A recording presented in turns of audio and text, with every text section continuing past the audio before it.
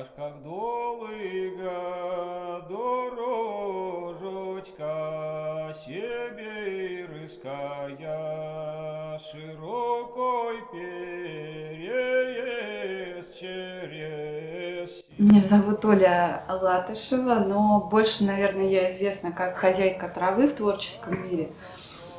15 лет я уже занимаюсь разным творчеством профессионально, разным, ну не совсем разным. Начинала я с альбомов, со скрапбукинга. И как-то так со временем перешла, ну, стала параллельно делать кукол, но последние года два решила сосредоточиться на них. Творчество в моей жизни всегда присутствовало, сколько я себя помню, с детства все время чем-то занималась, что-то делала руками, и без этого не могу. То есть, как только что-то у меня происходит такое в жизни, я нахожу спасение в творчестве, и оно меня успокаивает. Наверное,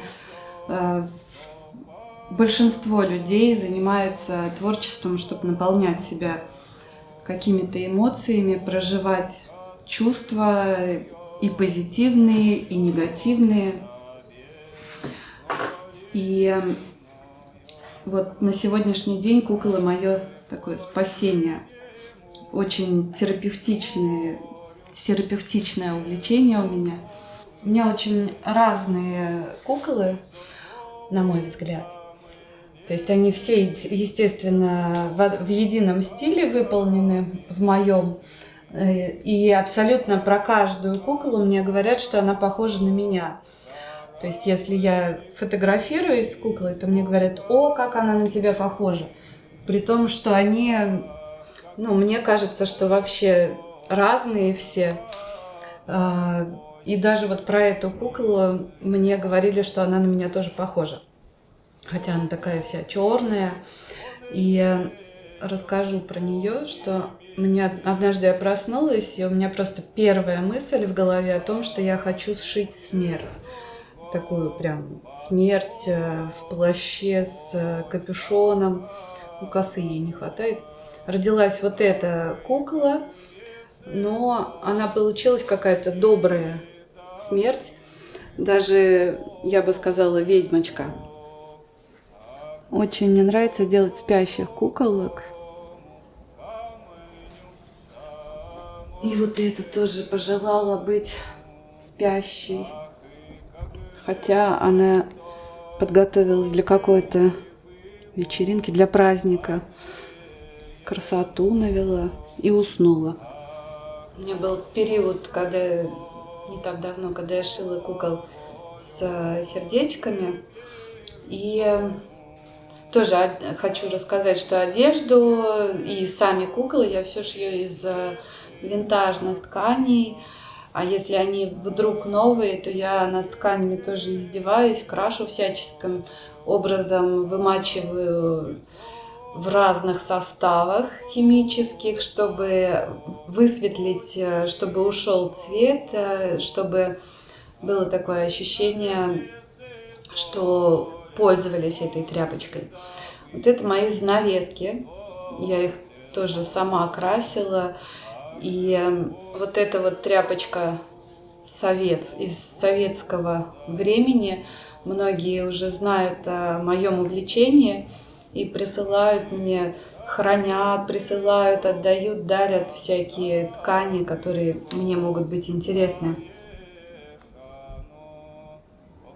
Это кукла-мальчик, и он, похоже, что как-то связан с оркестром, что он идет на концерт играть на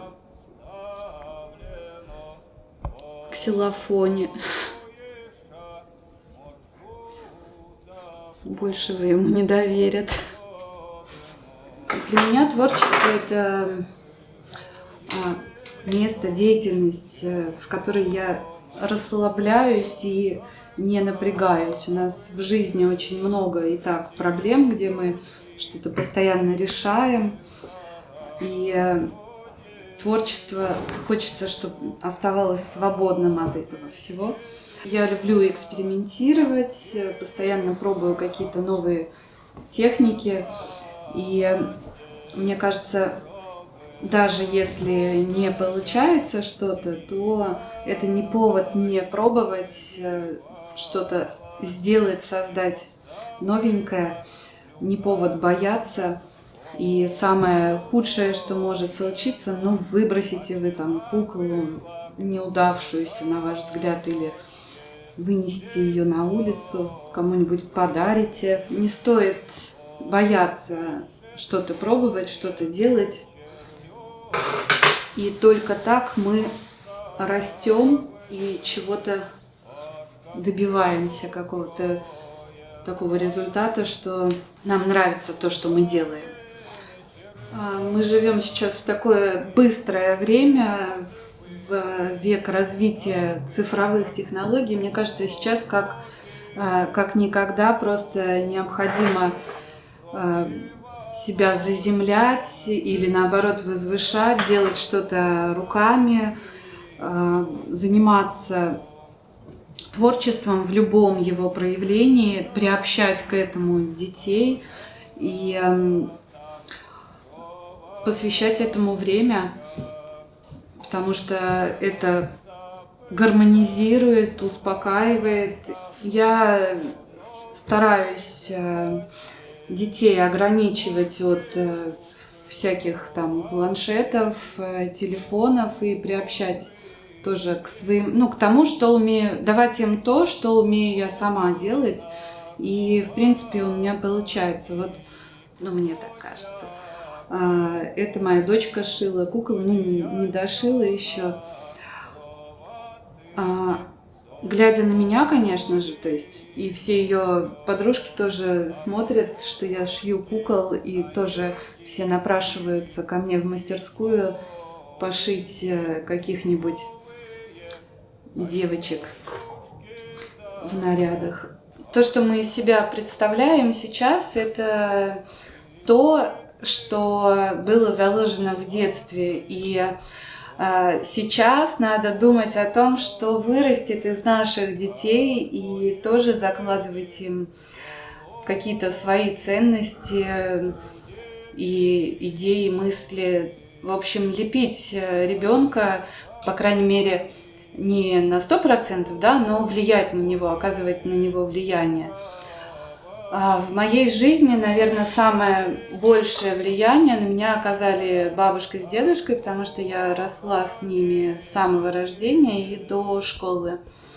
Я помню, сколько времени, сил, увлечения они тратили, вот вкладывали в меня буквально по зернышку. Все эти и творческие составляющие, и я им очень благодарна за то, что я вот такая, какая я есть сейчас. Соловья право сукна стелят, позади то его, да его трубу вертят, и вот и заходит соловей, наш Будимирович, а вот уде он в огоренюшку. Этот артбук я делала на карантине, и он посвящен Вырице. Это поселок под Питером, где я росла. И, наверное, это прям смело можно назвать моим местом силы. И поскольку связано мое детство с бабушкой и с дедушкой, то он очень такой личный, и воспоминания о том времени и обо всех, вообще о том, что там происходило, особенно впечатлило меня. Вот это я дедушку рисовала.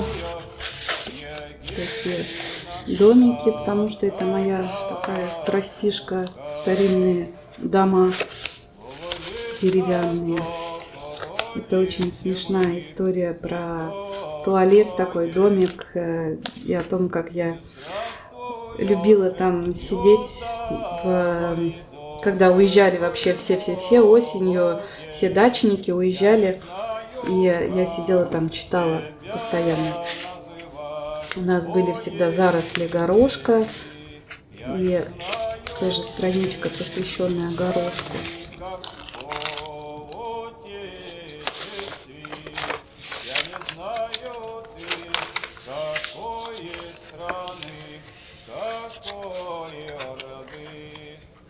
Каких